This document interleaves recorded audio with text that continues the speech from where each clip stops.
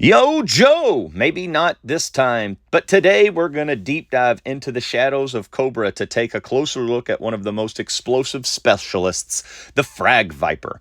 If you've ever wondered who these futuristic grenadiers are, well, they came from and what they make are a unique treat, and the battlefield is buckle up time because this G.I. Joe history, toy lore, and comic crazy is the history of the Frag Viper. Frag Vipers were first introduced in 1989 as part of the 8th wave of G.I. Joe, a real American hero by Hasbro.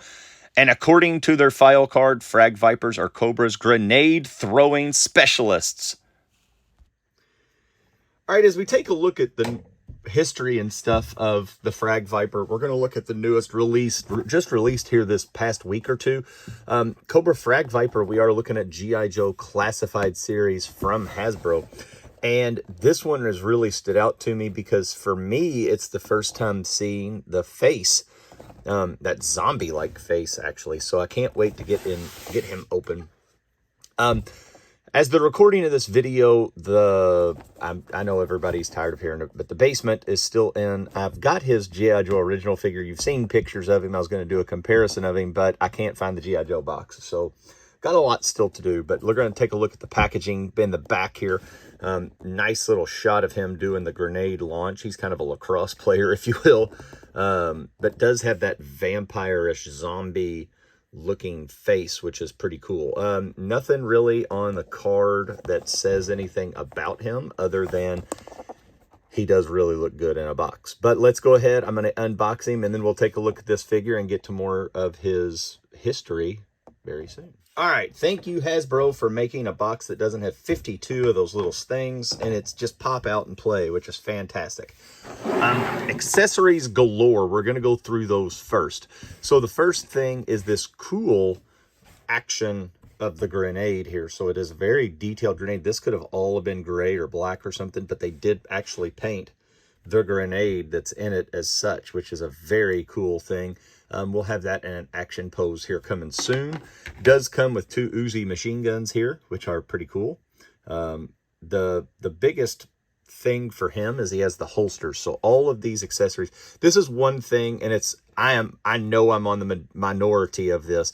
If you give all these accessories, give them a place to use them and give them a place to put them, because I don't need 55 different things if I can't use them. I know the posability, I'm not that person. They just go on a shelf and they hang once I've posed them, and I know I'm in the minority of that, but it is how I feel. The backpack, which is cool, looks like this hose is going to attach right here to the backpack like such.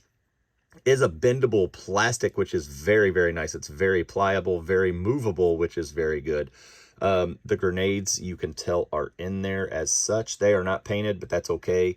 Has like an ammo pack here and an ammo pack on the other side, and that's going to go in just like G.I. Joe style into the back. Look, also like a radio, maybe a remote control for the technology of it. We'll put that on here soon. And then comes to his claw that he will shoot out at some point. So the grenades will go in this. It does look like this is going to pop in as such, like that, to where that will be. Look, ooh, got him. Woo! The Ric Flair fall. You know, it's going to be a throwing, it kind of looks like the garbage monster from Star Wars. But we'll get that in there. And then the last thing we're going to look at is the Ant-Man helmet, which is pretty cool. Does give Frag Viper a different vibe and a different look from all of the other ones. And I do appreciate that the head is seeable. It does show that these guys aren't robots. They're actually people who are in them. Now, they just may be Jane Does, or they may be, you know, we may go to clones or something like that in the world, but at least there is something for a face to go with the guy. So he's got his sash. Everything is looking very cartoon, not cartoon because he wasn't in the cartoons. He's looking very action figure-esque, which is very good. So the two Uzis are going to go sliding right into here, which I think I've got bigger fish to fry with stuff over there. So I do think those go in just like that. And that looks great. It's 2 great weapons to have on the side. It's very believable, very cool. So the backpack will go in right into the hole as such, just like any G.I. Joe stuff would do. And that's going to go in, and that looks like it's going to stick pretty well. Now this is going to go into this hole right there. A lot of hoses and whatnot. Are going to put the helmet on him. I mean, that's looking pretty terrifying. If that came at me, take away that he's throwing grenades at me or bombs at me, that is looking pretty spacey and pretty awesome, to be quite honest. And then this is going to go on this hand, I am hoping here. One thing that he did not come with is extra sets of hands, which I'm cool with because I hate storing them.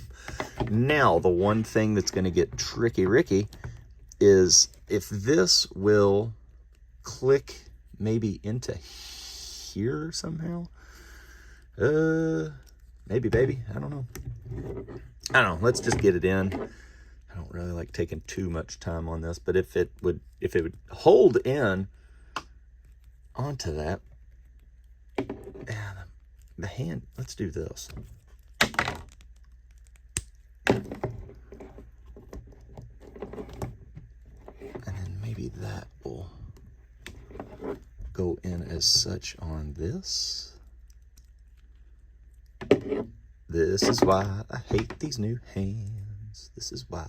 All right, going back in. That's not a smart move.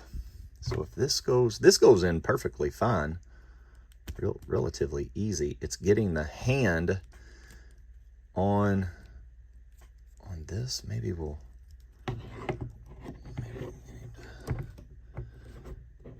the hand is mostly for holding those guns and not this bar, which is weird. I mean, it's got a trigger finger on it. I mean, I guess that's as good as it's going to get right there. It's going to get for this review anyway. Somebody else can have at that. So if it's in there. It's not very good. I know it's not great. This is more of a history review anyway than the toy review. But I mean, if it looks like he's given it all she's got, I do think you can pose it in a way that to where he's kind of throwing it. I'm gonna have to work on getting that hand in there, but getting the arm, the articulation, and the back pose is this to where he's actually kind of throwing it as such. And if we get that in on the hand, that's going to be a whole lot better instead of turning around. I'll work on that off camera. Hopefully we'll get to it. I'll show you some pictures of other people who are better at this than me. But Frag Viper, this classified series, this is what number was he? He is number 153. I dig it. I've got a lot of these to catch up on, and but I plan on doing a lot more of these. I bought this whole wave. We got some more G.I. Joe stuff, a lot of G.I. Joe stuff coming your way. But that's the toy. Let's get back to the history of this thing. What's wild about Frag Viper is their unique gear, as seen in the toy and the pictures. They wear a helmet and a visor that resemble a serpent's face and carry a servo-assisted sling, a mechanized system that allows them to throw grenades farther and more deadly accuracy than a normal soldier.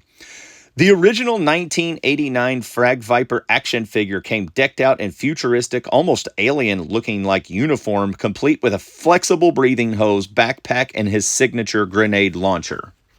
Frag Vipers made their first comic appearance in Marvel's G.I. Joe, A Real American Hero, issue number 92.